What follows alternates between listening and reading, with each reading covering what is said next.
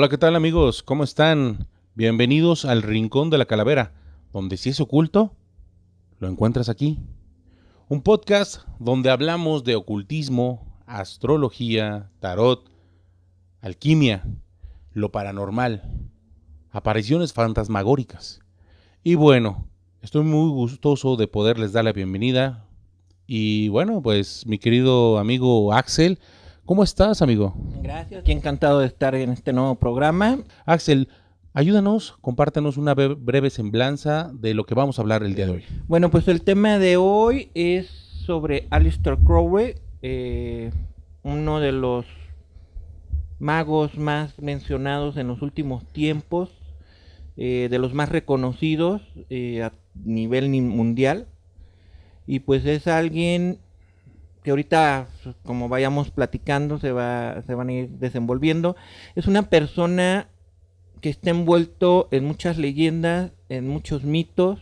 Hoy tenemos un invitado, a Humberto Brigadier, investigador del ocultismo, quien también en algún momento, en algún otro podcast, ya ha tenido alguna participación con nosotros. Y bueno, estoy muy agradecido que en esta ocasión nos acompañe. Es un gusto estar con ustedes hoy sentado aquí, por primera vez en la parte física, ya que en las pasadas estuve por llamada. Sin duda alguna este tema es algo muy interesante porque en lo personal fue uno de los que me iniciaron a hacer esta búsqueda que va más allá de lo trascendente, empezar a buscar sobre esos temas de ocultismo, esos temas de la magia. Es un personaje que ha sido bastante satanizado. Existen muchas leyendas, como ya lo había dicho Axel, y también es alguien que ha influido bastante en la cultura popular y, como lo hablaremos más adelante, fue también quien fue un parteaguas para toda esa cultura hippie por toda esta onda de su haz tu propia ley. Y empezando un poco, hablaré de quién es Edward Alexander Crowley.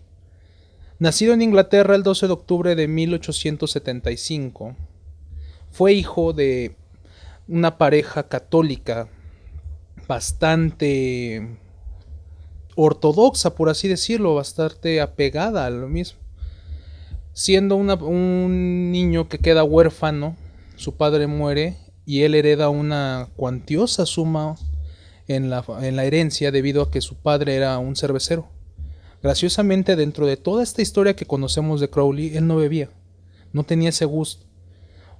Se decía muchas cosas de él, pero graciosamente él sí era muy recto en esa parte.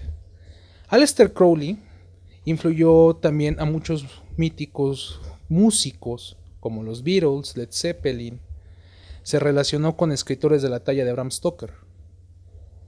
A lo mejor muchos no lo conocen, no les suena este nombre, pero Aleister Crowley fue un mago negro o maldito, como le decían, la gran bestia, que es un apodo que se le quedó bastante y ese apodo se lo dio su madre.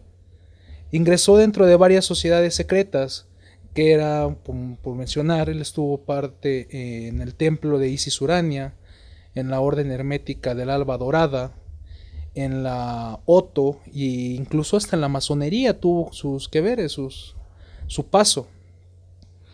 Aleister Crowley fue un hombre que tuvo una alta dosis de narcisismo, porque él creó después su organización que se llamaba la Astrum Argentum, en la que fundó varias series de revistas que se llamaban El Equinoccio, y esta desarrollaba mucho el pensamiento que él manejaba, que era lo que es el iluminismo científico. En su momento, como lo había mencionado, fue dirigente importante dentro de la OTO, que sería a gran, sí, ahora sí que sin las abreviaciones, sería la Ordo Templis Orienti. Igual fue un apasionado escritor, escribió bastantes temas, poesía, tradujo muchas obras y fue un gran aficionado al montañismo, al ajedrez y a la yoga. Este montañismo también tiene récord, ha roto récords en altitud. Lo trajo también en su viaje a México, esa parte del alpinismo. Subió el Popocatépetl, subió el Iztaccíhuatl. Y también hubo un volcán en el que iban a subir. Ahorita no recuerdo bien el nombre. Pero a la parte graciosa es de cuando ya iban a subir les agarró plena erupción. Entonces imagínense la imagen de todos corriendo y saliendo de que pues, sálvese quien pueda, ¿no? Es una parte graciosa dentro de todo su bagaje. Aleister Crowley fue, en su viaje a México, fue alguien que de primera instancia tuvo un mal sabor de boca con el pueblo mexicano. Imaginemos un México de 1900, donde llega un hombre blanco, alto, de 1,90, y llega a un hotel, al único hotel que estaba en la ciudad, y no le supieron dar una habitación, sus maletas no llegaban. Entonces ese sabor de boca pues sí le quedó. Sin embargo, fue agarrando mucho aprecio y cariño al pueblo mexicano.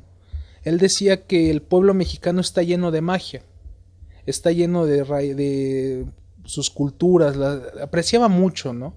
En su libro ahora sí que su libro que escribió, que fue su autobiografía, él menciona que el pueblo mexicano era un pueblo feliz, entre comillas. ¿Por qué les digo esto? Estamos hablando de 1900 cuando él llegó. Era una época antes de la revolución, estaban a años de que se gestionara una revuelta en el país. Entonces él decía mucho que el pueblo le importaba poco la industrialización del mismo, y la política se lo dejaban al presidente. Por eso el pueblo les decía, para eso tenemos a Díaz, o sea, él que se haga bolas allá y nosotros nos dedicamos a vivir nuestra vida, o sea, a tratar de cultivar ese pueblo. Crowley, él le encantó desde el momento que su madre lo apodó la bestia. Fue un sobrenombre que él le encantaba. Imaginemos a Crowley de niño. Él no tuvo una infancia muy peculiar como la que todos podríamos haber tenido, debido que de entrada pues él quedó huérfano y heredero. No me puedo imaginar a alguien a tan temprana edad heredando tanto dinero. O sea, es difícil de vislumbrar esta parte, ¿no? Sin embargo, él se quedó a cargo de sus dos tías. Sus dos tías lo hacían, aparte de su madre, dos tías solteras eran las que se encargaron de su educación. Como les había comentado, sus padres eran muy devotos, al igual que sus tías. Eran miembros de la hermandad de Plymouth. Esto era un estilo de... Dentro de todo lo que he investigado, la hermandad de Plymouth es una religión, o sí, es una corriente de la religión, donde son parecido a los Amish. Son muy ortodoxos, muy cerrados en muchos aspectos, y esto a él le provocaba mucho revuelto, porque él le generaba un hastío a la misma religión. Llegó un momento donde se aburrió. Él estudió en Cambridge, donde por fin tuvo la libertad de alejarse del control de esa familia que lo hostigaba día a día. De esa época podríamos decir que fueron sus primeros ensayos, sus novelas y sus poemas eróticos. Es donde ya tuvo esa libertad para poder hablar y poder ser quien era, darle ese mito de ser la gran bestia. Por otro lado, dentro de la misma universidad de Cambridge, donde Crowley estudió, comenzó a hacer una formación de la magia gracias al libro de Mathers, La Cábala Desvelada. Después descubriría la complicación del ceremonial mágico realizada por A.E. White. Eso se dio en el 31 de diciembre de 1896 en Estocolmo, donde por fin él tuvo su primera experiencia de liberación interior. Él cita: descubrí que en la poesía había una capacidad mágica que formaba parte de mí. Fue una experiencia dolorosa y terrible a la vez, que me dio la llave del placer y del éxtasis espiritual. No sé ustedes cómo ven entre esta parte, de una parte temprana de Crowley. Efectivamente, la parte temprana de Crowley, igual hay mucho mito detrás de todo esto. La parte liberadora de Crowley pues siempre fue la librepensadora, de estar cuestionando. Realmente es que él no se sentía a gusto pues con la religión católica, porque decía es que hay cosas que son incoherentes. O sea, me piden hacer una cosa, pero se hace lo contrario, o me piden que no hagas algo cuando en el mismo libro sagrado, libro de la ley de los católicos, vienen que está permitido, ¿no? Entonces empezó a cuestionarse mucho esa parte religiosa y pues irónicamente empezó a pegarse más hacia las partes esotéricas de muchas cosas. Hay que entender cierto tipo de pensamiento que tiene, porque Crowley fue una persona que no le decía no a nada, ¿sí? Ya lo mencionó nuestro invitado, Brigadier. Poesía, alpinismo, también dentro de esas cosas estuvo a cargo del club de ajedrez de Cambridge. No se dedicó profesionalmente porque él mismo decía, todavía me falta, o sea, pues ese fue como que el paso que también lo orilló hacia el esoterismo. Pero hay una anécdota ahí muy específica, el cual va a repercutir después. Él estuvo en Rusia durante su juventud porque él tenía planeado ser diplomático. Al no poder ser diplomático, fue políglota, estudió muchos idiomas, estuvo en muchos países, viajó a muchos países, y pues resulta ser que otra cualidad o otra problemática que él tenía era, como era tan enfermizo, desde su juventud siempre fue enfermizo, y igual ya lo veremos como fue avanzando en su edad, cómo repercutió eso, pues no pudo terminar ser diplomático en Rusia, y es cuando tiene que regresar a Inglaterra, pero ya ahora sí que en una cuestión más madura, más independiente. Hablas de su viaje a México. Ese viaje, irónicamente, a finales del siglo antepasado, todo el bagaje esotérico tenía como meta pues, México, la Ciudad de México, porque Blavatsky también estuvo aquí en México.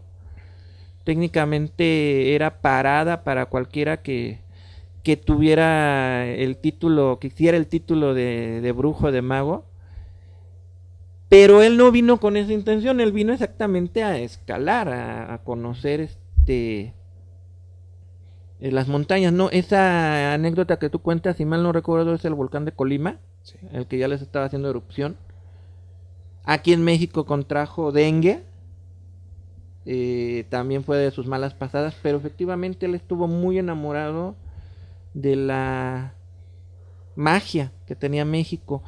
Una parte particular de aquí es que, aunque él ya estaba iniciado en la Golden, aquí es donde conoce a un grupo masónico, que es quien propiamente le da el famoso grado 33 que utilizan los masones, y con el cual a futuro, cuando él regresa a Inglaterra, le crea problemas con Matters, sí, con toda la famosa Golden Dawn. Que para esto también hay un antecedente, porque Matters ya había tenido una ruptura con la Golden.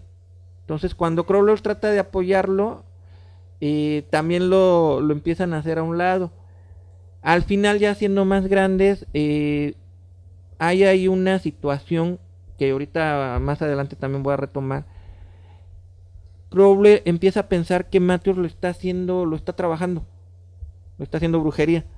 Y realmente ahí es donde viene el trueno entre Matters y Crowley.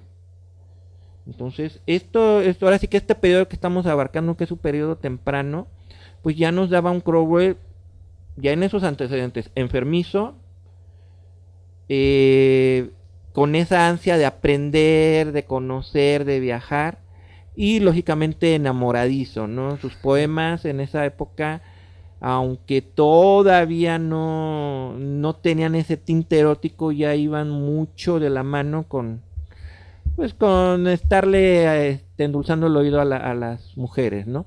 Ahora, aquí hay otra situación que también, antes de pasar a su Buda escritura, es un hecho y es reconocido que Aleister Crowley era bisexual, entonces también tuvo sus quereres, irónicamente, con muchos poetas de su escuela, en una época en la que pues, era muy difícil realmente lo que ahora llamamos salir del closet, y pues que también se ve muy reflejado en sus escritos poéticos hasta ese momento. Hablando de esta parte de la vida temprana de Crowley, estamos hablando de un Crowley a los 20 años, 20, 25 años. Por ahí es esa parte donde está su viaje iniciático, por así llamarlo, un viaje donde se va a encontrar consigo mismo en México. Citando a Crowley dentro de su libro, que escribe el que ya les había comentado, su autobiografía, hace una mención a México. En sí hace varias, pero esta es una de las más remembradas por él. Me encontré a mí mismo espiritualmente en casa con los mexicanos. Ellos desdeñan la industria y el comercio, tienen a Díaz para hacer su pensamiento político por ellos, y condenan lo que él hace. Sus corazones están con las corridas de toros, con las peleas de gallos y con el juego y la lujuria. Su espíritu es valiente y alegre, no han sido envenenados por esa hipocresía y por esa lucha de vivir. Crowley, como lo mencionaba Axel, su viaje sí empezó por lo que era el alpinismo, era su pasión. Ya se fue dando que emuló el viaje de Blavatsky. Como lo comentaba Axel, aquí en México conoce a un masón mexicano, que no he podido encontrar gran cosa de él en todo lo que he investigado en estos tiempos, pero lo que sí se sabe es que se llamaba Jesús Medina, y fue una relación tan grata que hubo entre ellos, hubo una conexión instantánea. Entonces imaginemos las pláticas y esas aventuras que vivieron juntos, descubriendo lo que era México de manos de alguien que pues ya está ahora sí que de un mexicano. En esa parte es donde don Jesús empieza a ver esas cualidades esotéricas, esas cualidades que traía Crowley de bagaje cultural, y lo inicia en la masonería. Y es donde poco a poco él fue ascendiendo, y sí, como bien lo dijo Axel, llegó a ser grado 33, le dieron aquí y fue algo que para él lo portó con mucho orgullo. Después, junto con Medina, Crowley fundó una orden nueva paramasónica que se llamaba la Lámpara de la Luz Invisible, que después de que Crowley partiera, Medina se hizo cargo de la misma. Años después, Crowley ya en su adultez, entrando ya un poco a la parte adulta de Crowley, escribe con mucha nostalgia, dentro de su diario, lo siguiente: la idea general era tener una lámpara siempre encendida en un templo, provisto con talismanes apropiados a las fuerzas de la naturaleza elementales, planetarias y zodiacales. Todos los días tenían que realizarse invocaciones con objeto de hacer de la luz la misma un centro consagrado o un foco de energía espiritual. Entonces, esta luz radiaría y automáticamente iluminaría aquellas mentes que estuvieran listas para recibirlas. Aún hoy, el experimento me parece interesante y la concepción sublime. Más bien, lamento que haya perdido el contacto con don Jesús. Debería de conocer más sobre lo que le pasó. Esta parte habla de mucha nostalgia de Crowley. Crowley tenía, si bien tenía toda esta parte de la bisexualidad y todo, él podía encariñarse con la gente, él tenía ese poder. Imaginemos a un Crowley carismático que en su ya vida madura fue también un espía que tuvo que ver algunas cositas que estaremos hablando más adelante en la Segunda Guerra Mundial, y donde comentaban, terminando un poquito esta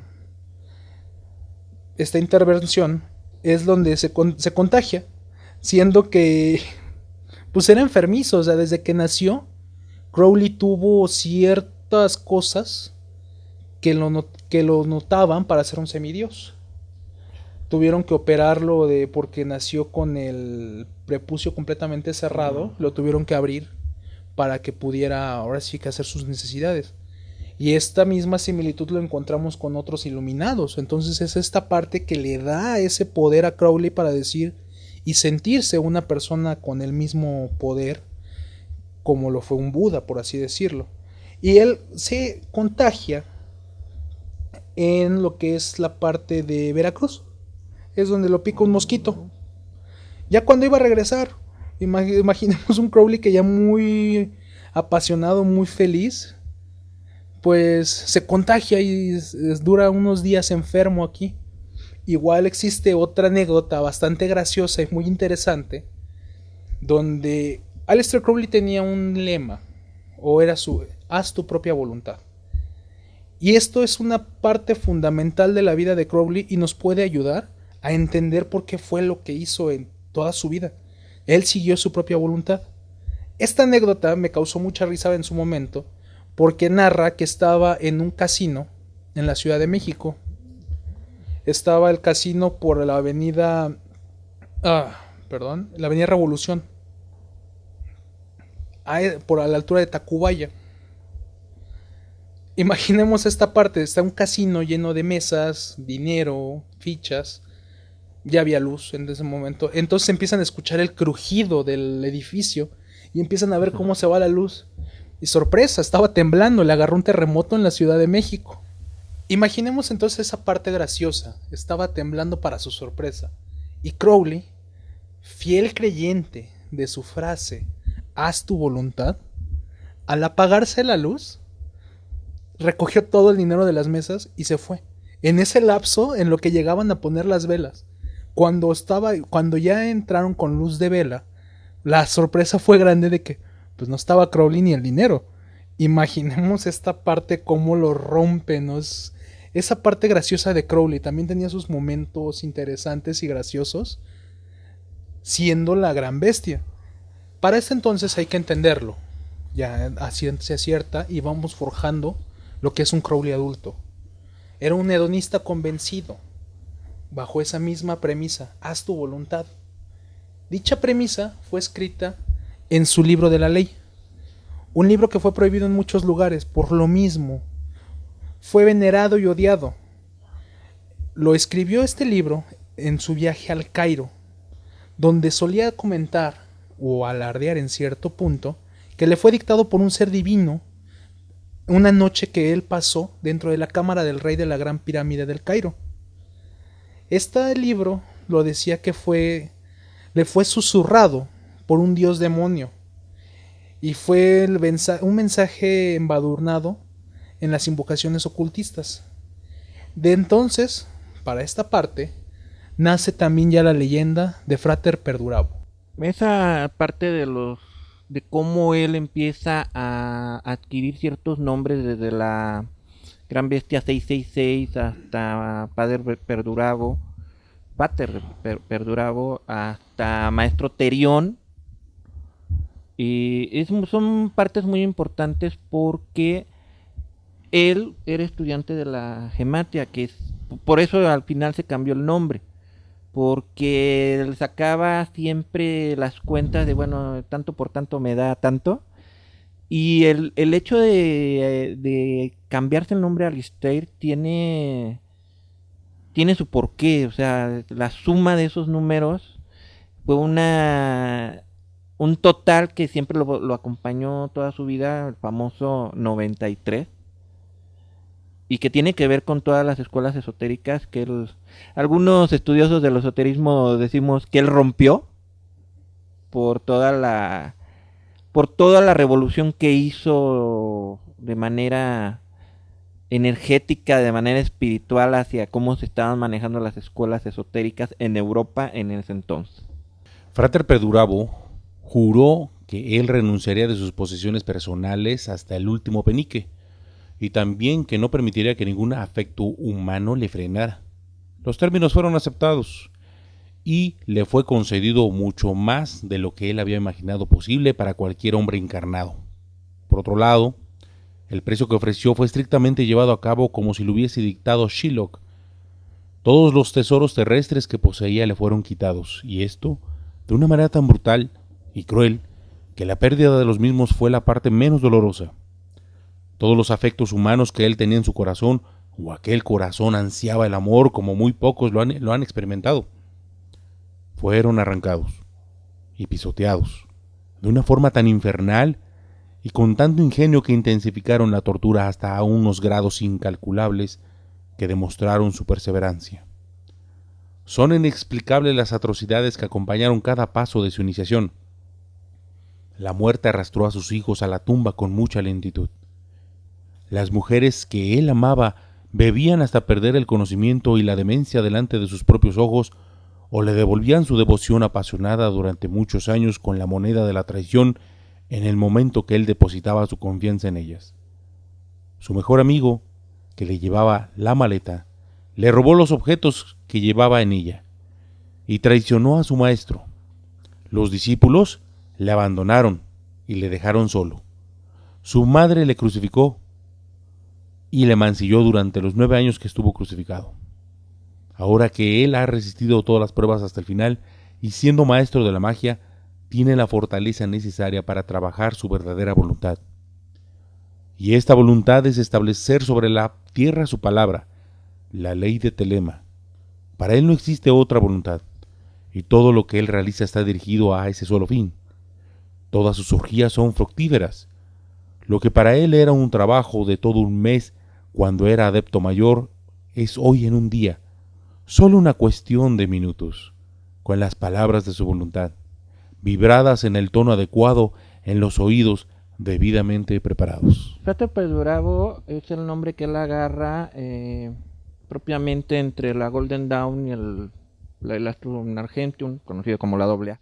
Y efectivamente marca un antes y un después en el desarrollo esotérico que tiene Crowley, filosófico, porque es cuando él empieza a señalar, ¿sabes qué? Yo no estoy de acuerdo con la mentalidad esotérica que se está manejando. Él tuvo muchos problemas con Matter, exactamente porque empezó a desvelar muchos secretos en su revista El Equinoccio, el cual irónicamente se le acomodó el universo porque la revista la hace exactamente para publicar sus poemas, y sin embargo empezó a jalar mucha información de cortes esotéricos. Crowley era tan inteligente que muchas veces no tiraba la piedra directamente. Aquí en la mesa, por ejemplo, tengo el Hijo de la Luna. Ahí hay muchos personajes velados, por el cual es muy importante, muy interesante conocer cómo era la dinámica de Crowley en su época, en su país, con sus contemporáneos, porque muchos de los personajes de los que ahorita estamos hablando, Matter, White, Blavatsky, Isadora Duncan, todos los personajes que vienen en ese libro, muy velados, ¿no? Y a Matter le tira cañón en cuanto a si era un mago, si era un brujo negro, pero pues no sabía lo que hacía, ¿no? Que es donde realmente viene ese rompimiento. Mencionaba que su viaje a México tuvo muchas consecuencias cuando él regresa a Inglaterra, y propiamente le va a chillar a Matter en París de que pues es que la Golden Dawn no me quiere hacer caso, ¿no? Matter le dice, pues es que vamos a hacer algo nosotros por nuestro lado, y al final se terminan peleando. ¿Por qué? Porque Crowley ya traía una filosofía, como ya nos mencionaba Brigadier, de que las escuelas esotéricas, aunque deberían de ser herméticas, deberían de estar abiertas para quien realmente gustara ese conocimiento. Entonces, el hecho de que haya sido el iniciado aquí grado 33 en una logia irregular en aquel entonces, le trajo muchos problemas con la Golden Dawn, y pues con Cecil, otro compañero esotérico, es que crea la Astrum Argentium, la estrella de plata, ¿sí? Entonces la crea en 1907. Ya para ese entonces, él ya había escrito muchas cosas, ya había recibido el libro de la ley, aunque él no le había hecho caso hasta técnicamente 10 años después.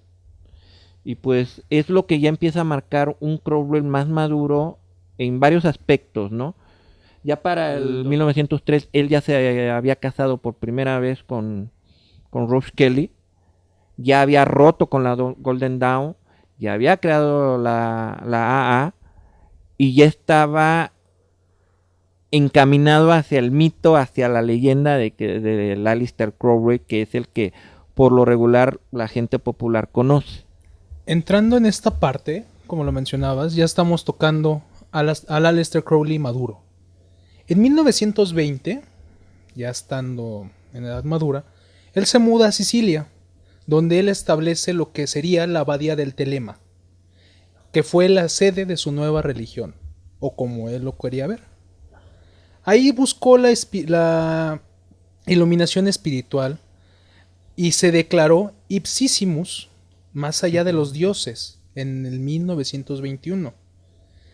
Ahí tuvo bastantes experiencias con el sexo y las drogas, en las cuales utilizaba para llegar a la gnosis. Sabiendo que él no tomaba y hacía mucha meditación con yoga, empezó a experimentar esa parte, trataba de buscar una manera más allá de conectarse con las entes superiores, encontrar esa gnosis. Lastimosamente en 1923, un inglés adepto a la abadía muere en una circunstancia muy misteriosa, después de un ritual en el cual se decía, o se cree, porque a ciencia cierta no hay mucho tema, que habían consumido sangre de un gato muerto. Entonces de ahí puede ser esa parte de la muerte más que intoxicación por una parte más allá del esoterismo. Ahí es donde la prensa británica y más aún el gobierno fascista italiano, en ese entonces era Mussolini, quedaron horrorizados. Y es una parte graciosa de alguien tan cruel como fue Mussolini, tan violento, se haya horrorizado con una simple persona, más allá de todo.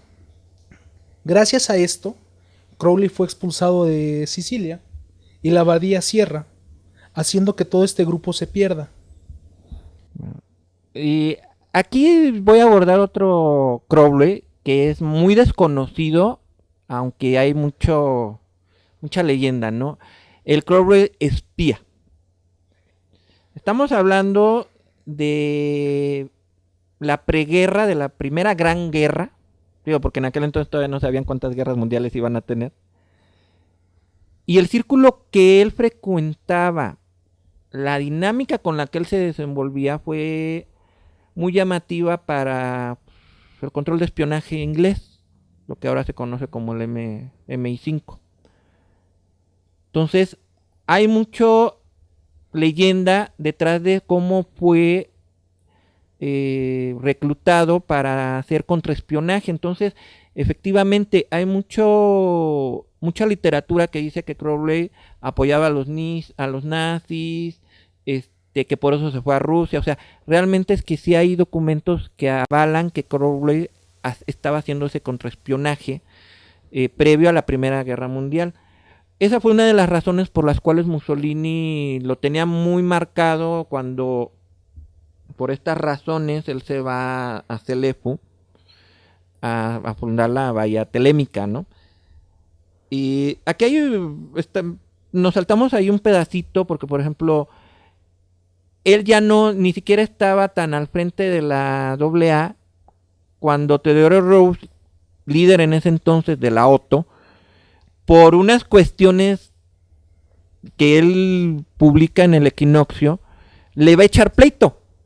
Oye, es que ¿por qué estás desvelando los secretos de la OTO, no? A la hora que ellos empiezan a platicar, no, pues es que yo ni sabía que la OTO estaba haciendo eso. Automáticamente Reuss le da el grado. En los círculos esotéricos, el darte el grado es, bueno, te voy a reconocer como mago de cierta alcurnia, ¿no? Este mismo grado, 2 años después, en 1912, lo eleva hasta el máximo grado y lo hace responsable de la OTO en Inglaterra. Una parte que también hay que abarcar mucho, y pues eso también nos da para otro tema después, es que él crea la Abadía Telema efectivamente se le fue por dos cuestiones. Primero, para practicar el libre amor. Y segundo, porque dentro de todo lo que él estudió, el I Ching, la gematia, la numerología, etc., decía que él tenía que fundar esa baldía ahí. E incluso es una época que él recuerda con mucho cariño. Es donde ya empieza a sentar las bases de lo que va a ser la telema como tal, donde vuelve a retomar el libro de la ley, donde empieza a conectarse ya con esa figura macabra. Este asunto que mencionas del gato, no dudo que sí haya habido sacrificios, pero no creo que haya sido un gato. La persona que murió fue Frederick Loveday, fue un inglés que lo fue a seguir. Hay ahí cierto misticismo, porque realmente, pues al ser una baldía, no había como que cuestiones no muy salubres, ya que pues ellos se dedicaban realmente a lo que ahora llamamos sex-med, o sea, al sexo con droga. No se preocupaban limpiar. Entonces, este personaje, Loveday, toma agua sucia y se enferma. Aquí hay otro contexto que también hay que tomar muy en cuenta. Loveday va con su esposa. Sí hay registros de que la esposa estaba muy en contra de lo que se estaba haciendo ahí, libre amor, rezos, etcétera, etcétera. A esto hay que anexarle que lo más probable es que Crowley le haya echado ojitos a Frederick Loveday. Cuando muere él, muere de una infección. Sí hay datos de eso, sí muere de una infección. Su esposa regresa a Inglaterra y con la revista John Bull, que es una revista que se dedicaba a atacar las cuestiones esotéricas, es donde le dan el título del hombre más malvado del mundo. Todo esto reforzado por la viuda de Loveday, por todo lo que pasó. Esto fue lo que le dio la pauta a Mussolini para correrlo de Italia y dejar de hacer, porque digo, sí también hay esa parte, ese contraespionaje para los ingleses en Italia. Posteriormente pues regresa a Inglaterra. Y hay una parte muy interesante que dices, esta parte del contraespionaje, como ya lo veníamos mencionando. Crowley era una persona ya en ese entonces bastante letrada en todo lo que era la magia, y hace algo muy interesante. Los nazis en ese entonces tenían una contra lo que en ese entonces fue la masonería, y fueron desterrados de Alemania y muchos fueron asesinados en campos de concentración. Y existía algo que también se puede prestar para, si lo tomamos ahorita en fondo, sería bastante, que es la Sociedad del Sol Negro. Y era toda la parte esotérica nazi que se manejaba. Para eso, Crowley ideó lo que sería un sigilo. Ya se ha explicado algunas veces de que es un sigilo, que son sellos o son gestiones que le das un enfoque, una causa. Entonces llega, después de ser desterrado desde Italia, llega a lo que es al servicio secreto con Inglaterra y les recomienda que usen la famosa B de la Victoria. Esa B de la Victoria que después usaría Churchill como signo de que iban a ganarle a todo lo que eran los nazis. La parte más graciosa es que la BBC en ese entonces, ya estamos hablando de un 1940, de esa época de la tipo de la guerra, siempre la ponían antes de hablar. La BBC empezaba con los primeros fragmentos de la Quinta Sinfonía de Beethoven, que muchos conocen como la Marcha del Destino. ¿Por qué la Marcha del Destino? También tiene por qué esta parte de la sinfonía misma. Existen muchas cuestiones respecto a esto, pero Beethoven la describía así, porque es cuando el destino te llama a la puerta. Y es esa percepción de yo quiero enfrentar cara a cara al destino y no me voy a doblegar por completo. Entonces recordemos esta parte, ¿no? donde iba, asemeja a su vez a la V en el lenguaje Morse. Entonces traía un trasfondo más secreto, ¿no? Esta parte. Y es donde pues ya podríamos estar casi terminando la etapa más madura de Crowley. Ya hasta este entonces, Crowley ya estaba empobrecido, deshonrado por tantas cosas que le habían afectado y le habían hecho, y se había hecho un adicto a la heroína, dentro de varias drogas que él fue, debido a sus enfermedades, como ya lo habían mencionado. Se le hizo una adicción a la heroína y lo dejó casi esquelético. Graciosamente, Crowley nunca careció de seguidores. Siempre había 2 o 3 personas que estaban al tanto de toda esta importancia que tenía Crowley dentro del bagaje mágico y lo seguían para sus consejos. Ya no le daban dinero, pero lo ayudaban a seguir adelante con comida, ahora sí que con especies, un poquito de dinero para que se mantuviera. Se dice que tuvo varios hijos, eso es algo que no se está dicho como tal, o no se podría encontrar una descendencia como tal de Crowley, ya que todos eran ilegítimos. Tenemos que tener en cuenta, como lo decían, el amor libre. No había como yo soy hijo de tal persona, o sea, todos nacían en la comuna. Y esto también nos va a pasar un parteaguas al Crowley, que fue un precursor de la onda hippie. Esta parte del amor, de la libertad. Y fue al final de cuentas solicitado como medium y mago, ya casi al final de sus tiempos. Hubo un momento donde él también quiso regresar al servicio secreto como contraespionaje, pero esa parte ya también le fue bloqueada debido a que ya era muy famoso en ese entonces por toda la prensa sensacionalista que lo atacaba como bestia. Entonces ya después creó junto con uno de sus amigos una extensión de una nueva secuencia de cartas del tarot, como las que están aquí en la mesa, que podemos ver que es una extensión de su libro de Thoth en 1944 que fue publicado.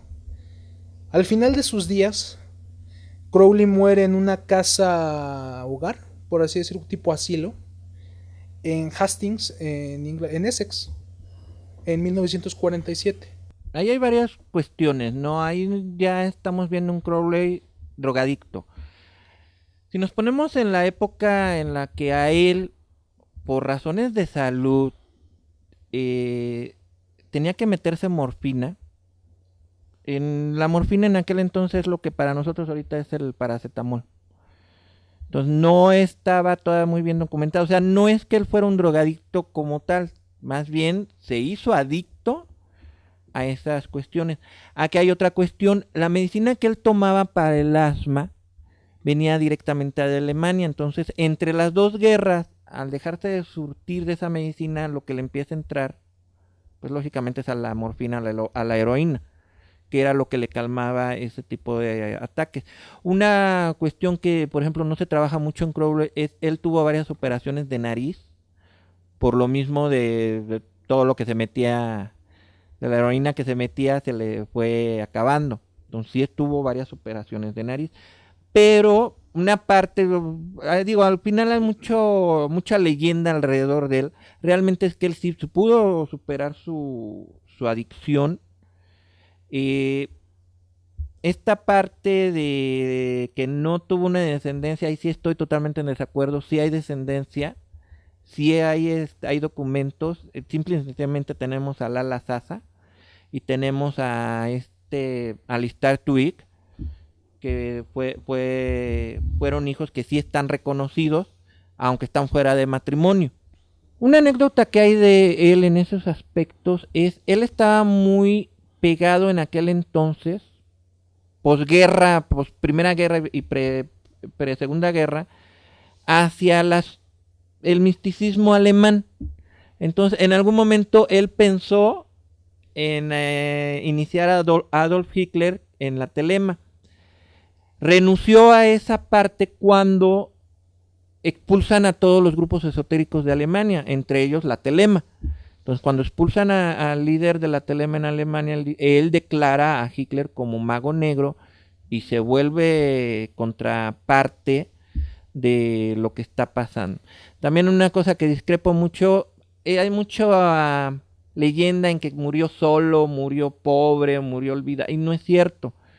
Efectivamente, a lo mejor no murió con sus millones, pero no murió ni solo, porque ya tenía una gama de seguidores que ya eran mundial, y simple y sencillamente tenemos a Jack Parsons en Estados Unidos, a John Wolf, que fue la que llevó la telema a Estados Unidos, y de que efectivamente Jack Parsons le mandaba su tirada mensual a Crowley de los tantos telemitas que había alrededor del mundo. Hastings no es un lugar que para pobres, realmente es que la casa donde él murió era una casa retiro, en donde pues no cualquiera lo podía costear. Entonces esa parte de que murió solo también discrepo mucho, porque en su funeral se leyeron, fue mucha gente, fueron muchos seguidores en las que se leyeron partes de sus obras, parte de sus poemas, parte del libro de la ley. Entonces a lo mejor efectivamente no eran los mares de gente, pero no murió solo. Varias de sus compañeras, varias de las mujeres escarlatas que estuvo hasta el final de su vida, estuvieron con él. Y también como última acotación, esta Frieda Harris, este tarot él ya no lo vio. Frieda Harris, que fue la dibujante, que también fue una amazona reconocida en Inglaterra, y fue parte también de la telema, y empezó a hacer las plantillas, y la idea es exactamente sacar el tarot, pero Crowley ya no lo alcanzó a ver. Crowley muere en el 47 y el tarot creo que lo editan 2 años después. Entonces fue una parte que él ya no alcanzó a ver de esta obra que hizo con Frieda Harris.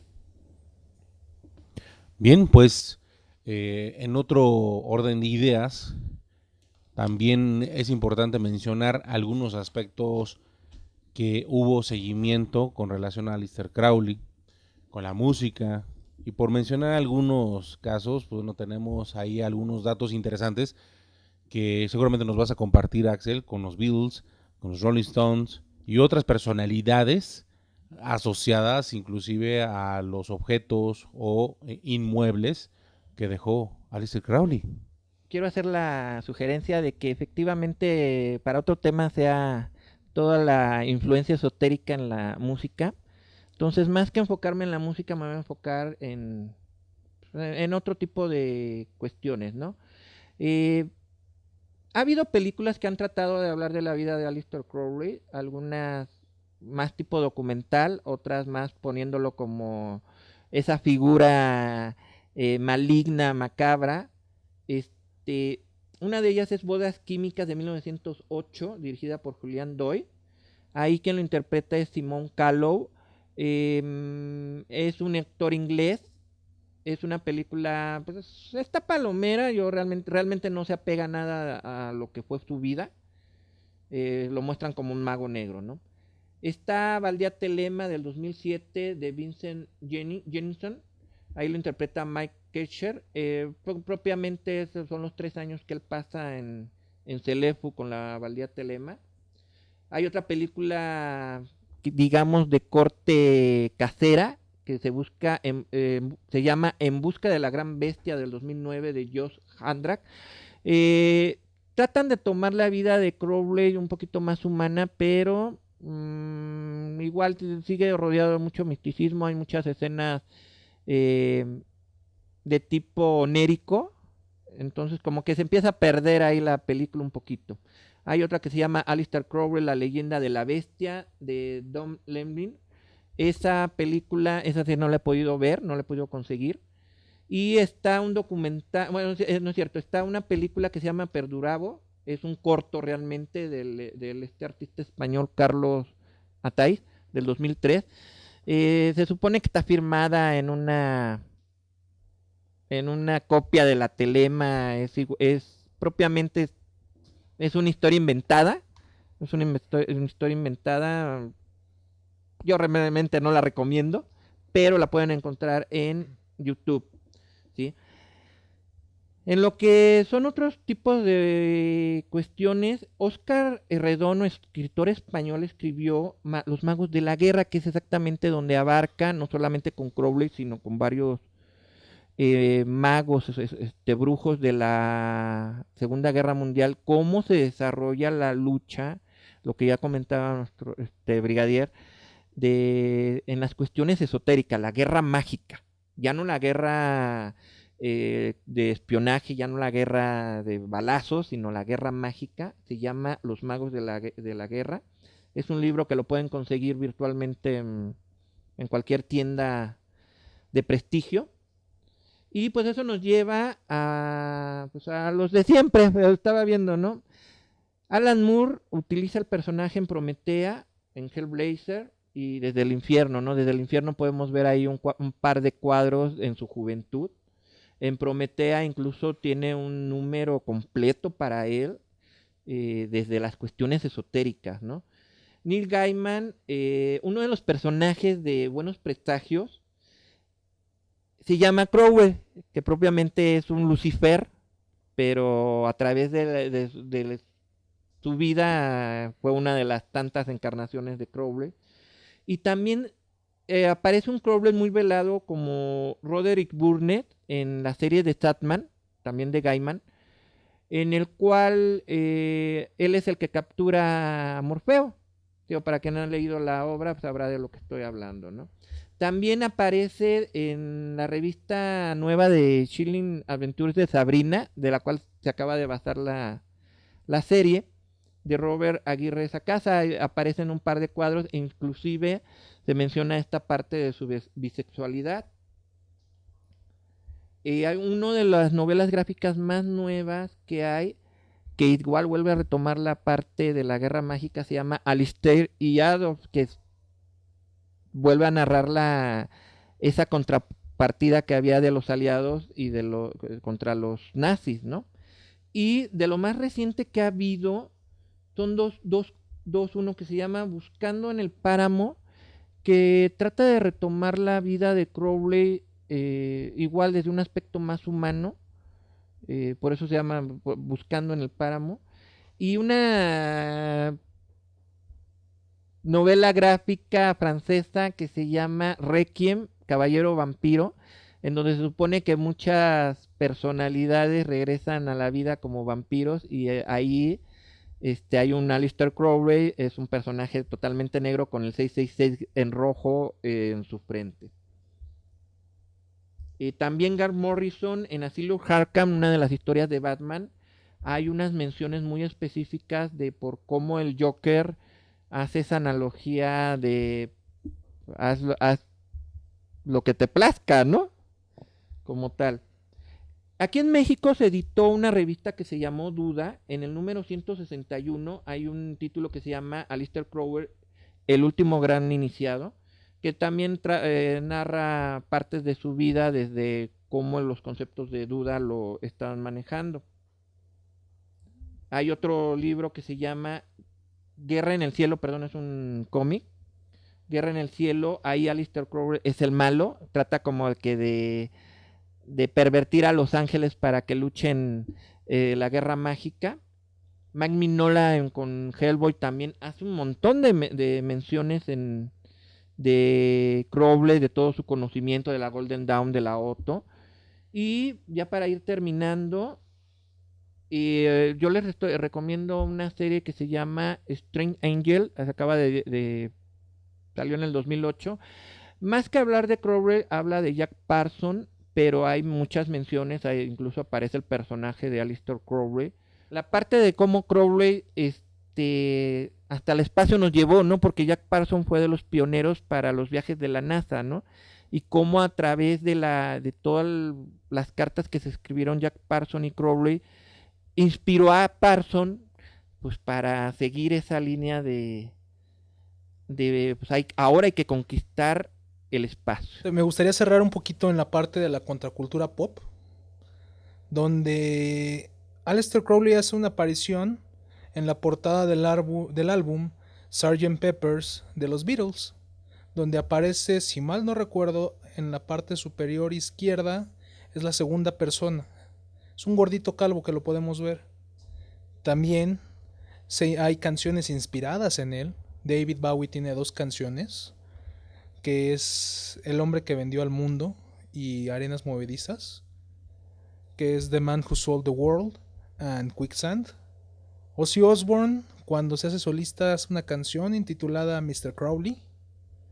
También Jimmy Page de Led Zeppelin tuvieron mucha influencia de Crowley, que incluso el mismo líder de la banda compró la casa de Boleskine, que estaba a un lado de el lago Ness, donde fue la residencia de Crowley. Y hay leyendas donde dice que se vestían como un monstruo para entregarse a la lujuria, sabiendo que existía una escalera que lo llevaría al cielo. Entonces por ahí puede quedar otra información. Yo creo que es un tema bastante interesante. Antes de que se me olvide, hay una otra parte más lúgubre de esto que podría concatenarse dentro de la historia maldición que podría traer Crowley. Es que recordarán que Lennon fue asesinado en Manhattan en un departamento, bueno, en un edificio.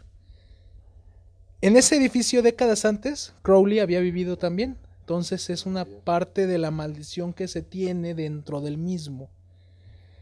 Me gustaría terminar haciendo una invitación a quien tenga ganas de aprender más, se acerque a los libros, busque esta información y cree en su propio criterio, siendo de si en verdad fue un hombre malo o fue alguien que la historia no le ha hecho justicia. Pues bien, de hecho, como ya se comentó, no nos va a alcanzar un podcast para hablar toda la biografía o la historia y leyendas derivadas de Aleister Crowley. Sin embargo, pues se nos ha acabado el tiempo. Y antes de despedirnos, Axel, compártenos tus redes sociales, por favor. Mis redes sociales son La Magia de la Alquimia. Me pueden encontrar por Facebook, Twitter, YouTube. Mi página Wix, La Magia de la Alquimia. Y pues ya sabes que siempre un gusto estar aquí hablando de estos temas. Y pues esperen para el próximo tema, que va a estar muy interesante también. Y nuevamente agradeciendo que hayas aceptado la invitación, Humberto Brigadier, por acompañarnos en esta ocasión. Gracias, como siempre es un placer estar aquí con ustedes, estar platicando de temas que me fascinan desde niño. Y con gusto estaré las veces que se me invite, estaré aquí platicando con ustedes y con los espectadores. Ya saben, amigos, dónde encontrarnos a través de la plataforma de Spotify, este podcast, y en el canal de YouTube del Maestro Ferran, en el listado del Rincón de la Calavera. Y si es oculto, lo encuentras en el Rincón de la Calavera. Gracias.